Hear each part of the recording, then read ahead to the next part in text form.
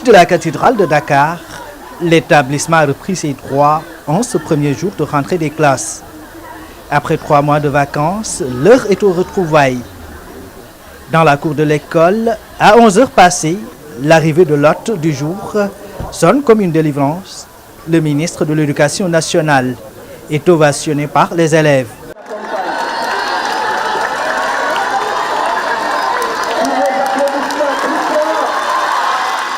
D'accueillir non seulement nos élèves et leurs parents, mais aussi Monsieur le ministre de l'Éducation nationale, dont la présence témoigne de l'importance que notre société accorde à l'éducation et à l'avenir de nos enfants. Exécution de l'hymne national, prière de l'aumônier du collège et message du ministre de l'Éducation nationale.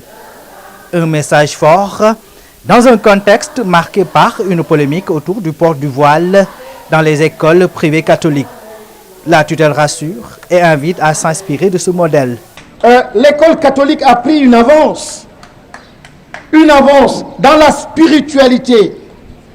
Et c'est bien que l'on dise c'est une école catholique, mais ouverte aussi aux Sénégalais, ouverte à toutes les cultures, à tous nos enfants de toutes les régions. C'est ça l'école catholique. L'école catholique ne doit pas, n'a jamais, je ne pense pas, fermer. Donc, que l'on se comprenne, que l'on s'entende.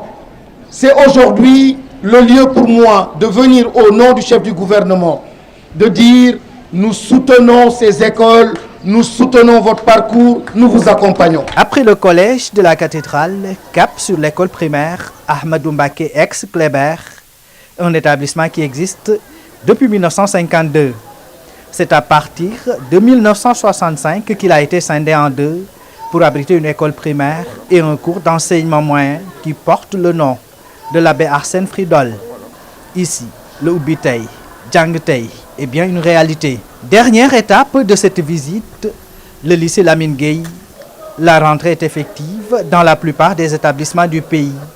Bilan donc satisfaisant pour la tutelle. Nous avons connu une fin d'année très bonne, avec des examens et concours qui sont très bien passés. Là, alhamdoulilah, nous avons aussi une rentrée scolaire suffisamment bien réussie et nous continuons dans les prochains jours à accompagner certaines écoles dans certaines régions qui sont encore en difficulté. Voilà, donc globalement, ça s'est très bien passé. L'introduction de l'anglais dans le cycle primaire et les langues nationales va permettre, selon le ministre, une meilleure compréhension des matières scientifiques. L'anglais, c'est une effectivité, c'est une réalité. Donc au niveau préscolaire et élémentaire, les langues nationales aussi, nous sommes passés de 9 académies aujourd'hui à 13 académies. Donc 13 académies vont justement introduire les langues nationales. Et ces langues nationales, au-delà donc des langues et de la communication, vont aussi miser ou porter sur les mathématiques, les sciences. Donc nous sommes en train d'avancer et il y a une véritable introduction et une véritable appropriation des langues nationales par le système. Et c'est encore une fois pas une question idéologique, mais une question de performance scolaire. Donc l'introduction des langues nationales va permettre simplement à l'enfant à bas âge d'être beaucoup plus performant. Et c'est là le souhait donc, du chef de l'État. C'est aujourd'hui les instructions que nous avons reçues au sein du ministère de l'Éducation nationale.